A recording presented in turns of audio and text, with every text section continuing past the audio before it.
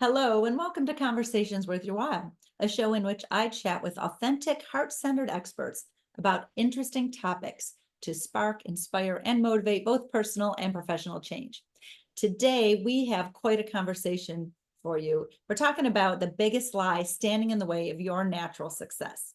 And this conversation is worth your while if you're burned out from overcompensating, from striving, from feeling victimized, and from chasing success. Because what if I told you that you are wired for success, but you're out of alignment because natural success isn't achieved by doing, it's achieved by how you're doing what you're doing. So stay tuned because this is going to be a wonderful conversation. I am Linda Bucher. I'm a transformational speaker and a master certified life coach. And after striving and being burned out and feeling victimized for, oh my God, like my whole life and living the life of a chameleon, I finally discovered who I am. And I connected with my passion and my purpose and reinvented my life, right? To just work all around that. But most importantly, now I can confidently unleash my gifts to the world. And it's my honor and privilege to help you do the same because you have a rich, full life to live and you have important gifts to give to the world and you have a splash to make. And we're going to be talking today about what that's going to take to be able to do, because that is part of your natural success. So today I have the pleasure of being joined by Sly Hache, and he is of NextLevelPublicSpeaking.com. And Sly is making big, beautiful ripples in the world. He helps honest people to become more confident and more persuasive so that they can make money while making a difference in the world. I mean, like, woo, if that sounds good to you, you're going to love Sly. Sly, thank you so much for being with us today. Thanks, Linda. Happy to be here. Awesome. Can you tell us a little bit more about what you do and how you do it, how you're making these beautiful ripples? Oh, the 15-second skit is easy because I know people don't like these long intros. I basically help people make six-figure days from the stage. Step one, create a six-figure day offer. Step two, become a rock star speaker so you can communicate the value of that offer and then close that offer on stage to make six-figure days. Simple. That's very beautiful.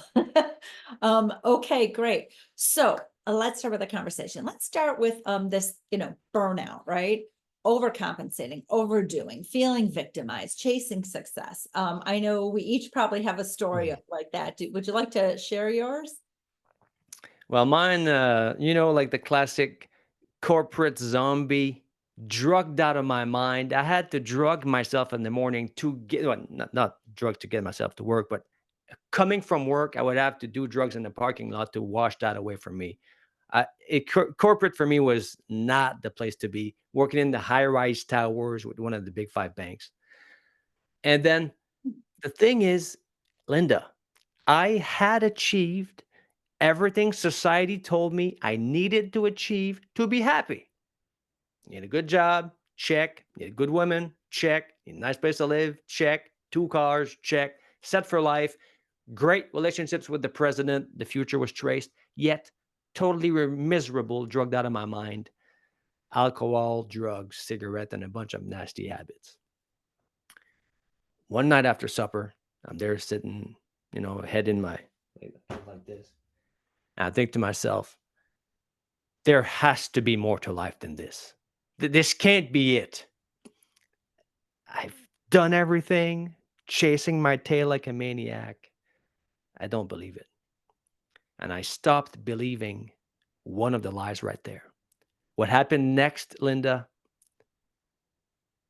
is even a bit too much to explain on a podcast like this. I don't know if you want me to continue now or let's switch to your story. What's your story on how did you become aware of that? But let's go with you first. Okay. And you know what? It's almost identical. So, same thing. I had climbed the corporate ladder to a certain level, wearing the power suits, having a nice office, feeling important, feeling valued, great relationship again with the president, writing speeches for them, even like doing a lot of really important things in that company. I had a house at the beach. I had a house that I owned. We were in the process of buying another house, bigger, better, beautiful, up leveled house. I have three wonderful children.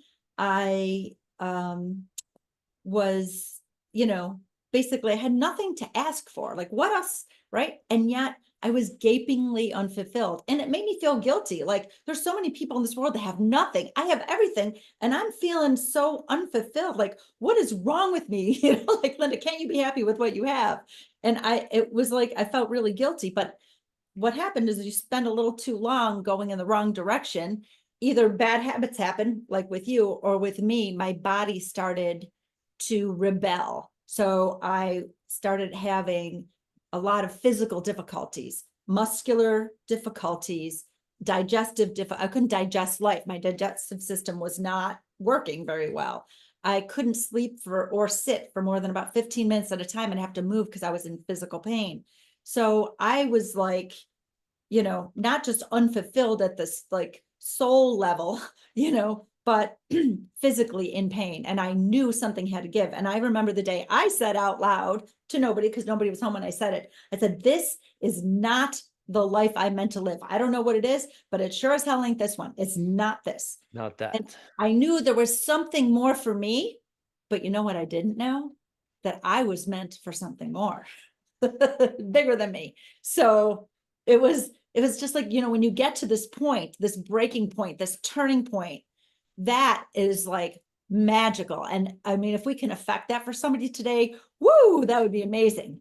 So back to you, Sly. Tell us a little more. Well, you knew you were meant for something, you didn't know what it was. At that moment, if somebody would have, and when I asked, it was not a ask, not a prayer. It was like a statement. It was kind of like a statement, like there has to be more to life than this. This is my alarm here. A lightning rod, Linda, not a physical one, people. A metaphysical and metaphorical lightning rod hit me like literally, I saw light inside. It took about 15 years for it to cross my brain and exit from here. That somebody told me what would have happened as a result of this. Drugs, alcohol, cigarettes, and a bunch of bad habits. The next day, started waking up at 6 a.m., sitting cross-legged, alternate nostril breathing, Kundalini yoga exercises, stop drugs, stop alcohol, stop all the other bad habits. Turned into an entrepreneur, creating messages for, like all the self-help gurus. They would come to us. We had a business. I would just write their message on the spot. I would create the messaging for them to sell their products and services. And then my mentor told me, what's wrong? And I almost became a monk, Linda. I was considering monkhood, meditating 12 hours a day sometimes. My mentor told me, what's wrong with you, idiot? You're not a monk. You're a rock star. Oh, yeah, I've forgotten about that. So then I went and toured internationally, then made albums. I have songs on the radio, toured then national here in all the biggest shows. Then I started coaching musicians on how to not suck on stage, how to have presence on stage. And then my mentor told me again, what's wrong with you, idiot? Don't teach musicians how to not suck on stage. Teach business people how to not suck on stage. There you go. So then I turned my yearly income into my monthly income and created a new public speaking system, teaching business people how to rock the stage using the messaging algorithm I had created for building messages on the spot for all these self-help gurus. And you don't know this, Linda. I don't think I told you. I'm an ex-chronic stutterer. I could not speak before. Wow. No sound would come out of my face. So using the getting over yourself and the internal tools to undent your sense of self to speak with confidence, combine that together. That's what happened after that question. That's beautiful. That is beautiful. Oh my gosh, this is fantastic. Okay, Sly, let's move to the biggest lie because you've just set us up to move right into that. That's what people are probably, whoever's listening, you guys are like, what is the biggest lie? What's in the way of my natural success? I want to know right now so I can stop lying to myself. So I'm going to let you start because you and I were aligned with this one for sure. So Linda, I don't know if you guys know, Linda told me she has a product. She's written about this as well. The move from being a victim to a creator. The life happens to you versus you making stuff happen. The biggest lie you ever bought is pre-verbal. It's at the presupposition level. So it's as if people think, okay, here I am. Let's take me for an example, chronic stutterer. Here I am, shy, caved in, dented, not confident. Or you're thinking maybe, I can't do this. I'm not good enough. I'm too small. And then there's so much overcompensation, and you're striving for a goal. Every year, you write down your goals. Okay, I got this year's going to be the year. Then that's your birthday. Okay, you write your goals again.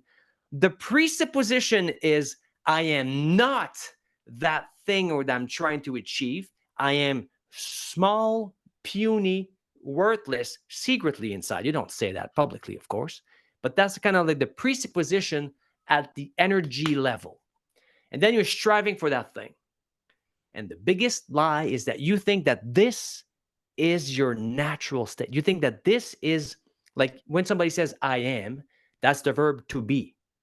So being verbs are like everywhere. So it's like a statement about reality itself. I am that little small thing, and I'm trying to become this other thing. That's the biggest lie. Because in truth, this is your natural state, but it's been beaten out of you, kicked out of you, and squeezed out of you. And now you end up with what you got there, and you're trying to become back. It's just remembering and coming back to your true self, which is already beyond all that suffering. That is the biggest lie. And this is where you can start having fake confidence. Here you have to kind of puff your chest up and fake it till you make it, where you realize, no. This is the natural. This here's natural. This is normal, Linda. This is normal in society, you see? So the difference between normal and natural is what is one of the things that causes burnout, stress, overcompensating, fishing for compliments, trying to be loved, feeling small, and trying to climb up and push up to get to where you already are if you only just drop the limitations. Very beautifully said. And 100%. I have a framework that I use in all my coaching with all my clients, and I throw it out there. It's on my website. It's not a secret. and the very first thing is to know your worth. And I don't mean know it cerebrally. I mean know it at a guttural cellular level. And it really is to feel your worth. When you recognize just how worthy you are, that nothing you do could ever detract from that worthiness. You were born 1,000% worthy, and worthiness is not achievable and it's not degradable. It just is. And it's not, it's a way of, it's just not your birthright. It's not a right. It's just, it is. It's just a fact. You are born 1,000% worthy. And if you don't believe me, look at any brand new infant, like hours old. How worthy is that child of love, affection, attention? 1,000 bazillion %. So they didn't earn it, but it is. So at the very beginning and the basis of my framework is to know your worth. And I start there because you cannot achieve success if you don't know your worth, because you're going to be going about it the wrong way. Like you said, you're going to be trying to be a people pleaser. You're going to be striving. You're going to be overcompensating and overdoing. And we do that because we're trying to prove to others and to ourselves that we're worthy, because we don't really know. So that's why I start right there. That is the basis, to know your worth.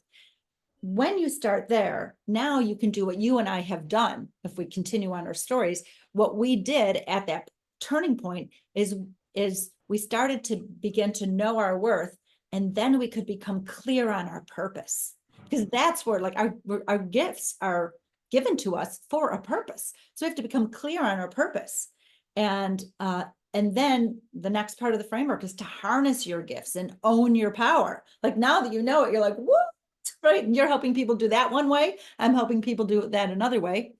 The next stage is to align your energy and direction with who you are. So you got to align it all. And you and I, in our old jobs, we were each out of alignment. We didn't know who we were. We didn't know what our gifts were. We didn't know how powerful we were. We didn't know what our purpose was. Now that we get there, now we're like, oh, now I can align my energy and my direction with who I am and what I'm here for. And then finally, which we're each also doing, you're taking people through my same framework. You just do it a different way, is to free yourself from all these obstacles that want to hold you back. And this lie of I am not this person and I am that person, that is just a lie that we are telling ourselves to try to prove our worth. So if we can start with that, knowing your worth, feeling it at that cellular level, everything else will come into alignment. This is how we discover our natural success. Because the truth is, like, beliefs and thoughts affect us, but not as much as values. So values affect us more than beliefs and thoughts. You know, like values like family or health, or think if you value something. But drivers affect us way more than values. Drivers are like sex drive, survival drive, status drive, survive. All these are drives. These are pre-verbal. Uh, it's baked in the nervous system. Drive. This affects us more than values, more than emotions and thoughts. But nothing affects us more than identity. Identity is kind of like a one-piece suit you wear. So you step into that thing, and then you go and live out into the world with that Halloween costume. So if you are to do any type of internal work, don't mess with thoughts, beliefs, and feelings and values. And maybe drives will get you somewhere. And by the way, if you can tie your offers to the drive that are inherent in the marketplace already, you have winning offers. As a side note, but for you, you go one level deeper at the identity level and work at that level to free yourself from those limitations. You'll find you kind of hit everything else in one fell swoop. Yes, absolutely. That's why we start there. Who am I? Right. And how worthy am I? 1000%. That's exactly. And this, because we have these identity shifts that we go through when big changes happen in our life, right? You get married, you get divorced, you move to another city, you buy another house, you have a child, you change careers. These are big things that are threats to our identity. And so that's why uncertainty is so hard for us. But when we know our true identity, our base identity, outside of our roles, outside of our responsibilities, outside of our titles, totally severed from our amount of money that we make, when you know that true sense of identity, then that's something you can always rely on. The natural states that you have, your natural values, your natural proclivities. This is where the true you lies. And I loved what you said a few minutes ago about, it's not about finding and seeking and going out there. It's about coming back to who you are. We are probably our earliest memories of who we are and what we loved. Sometimes I'll tell my clients as a little homework, I'll say, ask your parents to tell you about your 4-year-old self, because you need to get to know her or him, because that was before all the social norms and expectations were put on you, right? That's like your true identity was, you had that when you were 4 and you were probably letting that little person out, So it's like, it's really about coming back to yourself, which is such a beautiful thing. So, Sly, what can people do right now? We just touched on this concept of natural success. So talk a little bit more about that. And then what can we do right now? Just something that a listener could do, not a big, long, giant thing, right? Just something they could do right now to move into their natural success. It's not even a decision. It's not a meditation. It's not an exercise, but it can be done in the space of a nap, Linda. It's a realization. Now, I wish I had a magic wand and I could just give realizations away. I mean, come on now. Okay? But I can't do that. If you're close to the boiling point, if you're at the space where I was, or the space Linda was, which there was a hole in her, there's ABBA's got a song, there's got to be rock and roll to fill the hole in my soul. So she had a hole in her soul, and then the hole was plugged with guilt on top of that. You can sit down, you can lie down, Take a few breaths, relax your shoulders, and release your foot from the brake. Release the handbrake internally. You're trying to, there's pressures inside, and you're trying to hold it all together, trying to keep a straight face because you got to show a certain face. Do that at work. Don't put yourself in any compromising situation, but internally at home with the doors locked, take a moment to unscrew the lid off the pressure cooker for a while and let it run out and see what comes out. Mm, I love that. Yeah. It's like a lot of times when I'm working with clients, then they took a long time to come and see me. And it's because they said, in order to get where I want to be, I tell them, you're going to have to discover who you are. And they're like, but what if I don't like who I find? So, and what's worse is, what if the people who I love don't like who I find, right? What if they don't like the new me? What if that's a threat to my relationships? So it's really scary to do that. So I love that you're saying, just like, lock the doors or whatever, and just kind of find your true self. But you can probably back me up. I will guarantee every single person listening to this, that if you discover who you are, you will love who you find. You will love that person. That person is the natural person that was put here on this earth for a reason. And there's so much beauty inside each of us, and our natural proclivities, and that is who we're meant to be. And you just got to try it on a little at a time. And you can ask yourself, like I'll ask, what are you doing when you feel the most you? Like, it's such a great question. And then, is it safe? Because people don't want to do it because it doesn't feel safe. It's so scary to let your true self out, right? Like, well, when you let your true self out, why was that safe to do it then? Was it the person you're with? Was it the thing you were doing? So we try to discover how being their true selves is a safe place. And then they can do it a little bit more and a little bit more and a little bit more. It's such a beautiful awakening. I went through it. You went through it. I guarantee anyone doing it, it's so not scary. It's like a beautiful blossoming.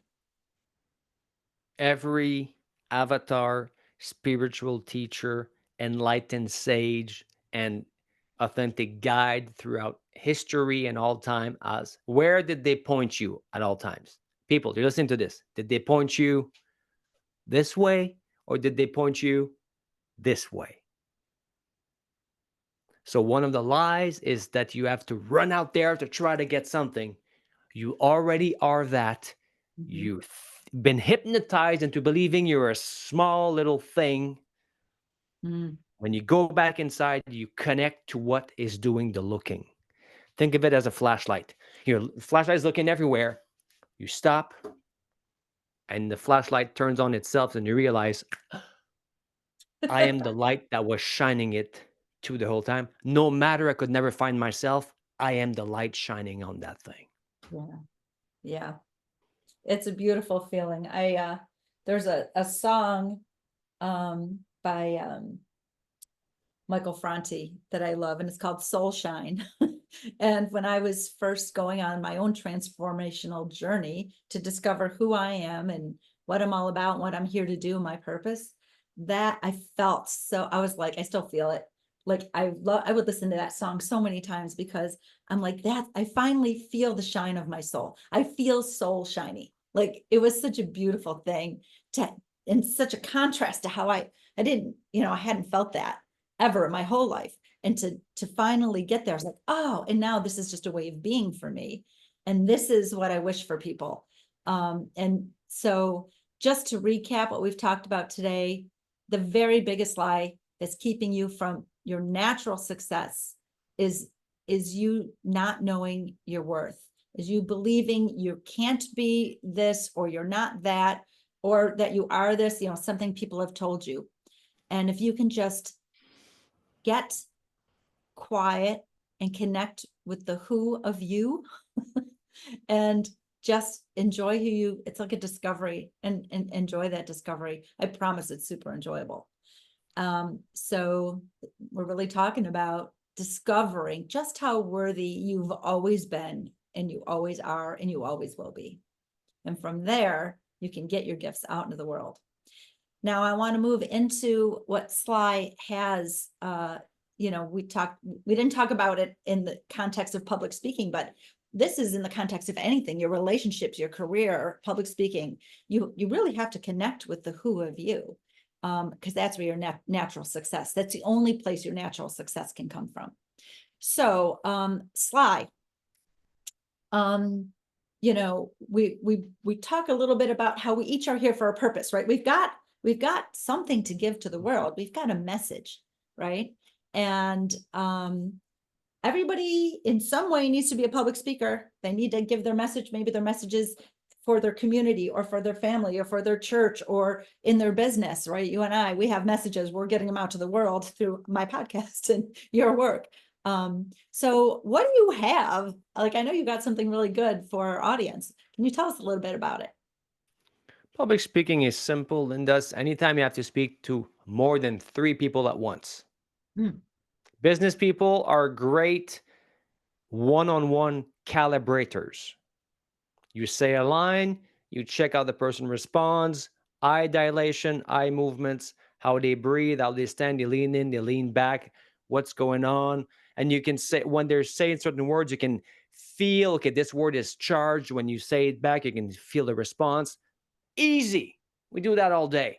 2-on-1, you can still do this because as you watch, you're saying this, you can watch, okay, the other person, you can try the calibration for sales. 3 people at once, you're screwed because then your calibration mechanism's out the window. That's where you need different ways of crafting your message. 30 people, you're screwed. 300, 3,000 people, you can't wrestle 3,000 people with your energy. So I teach people how to go outside of what I call office-itis or cubicle-itis. This is a subject for another day. I like Linda so much. We have a free masterclass called Monetize Your Message Masterclass. You're going to learn how to create 6-figure day offers, how to communicate the value of your offers and close them from the stage. So you have the confidence to be who you are. Then, not in a cheesy way, you actually start thinking about helping people in the marketplace by creating offers and services and ideas and making the world a better place. But remember that you can't be a lighthouse if you can't keep the lights on. So we help you make money when you speak and eventually money when you sleep. So there's going to be a link in the show notes. Linda prepays for the masterclass for you guys. So there's a link. Whatever the price is, the price changes depending on the marketing test. Whatever the price is, you put in Linda's code, type it in, price goes down to 0. Come to the masterclass, learn how to create 6-figure day offers and communicate them with confidence on stage. A gift from Linda. And also very generous of you to have created such a wonderful thing. So thank you so much. I will definitely get that into the show notes.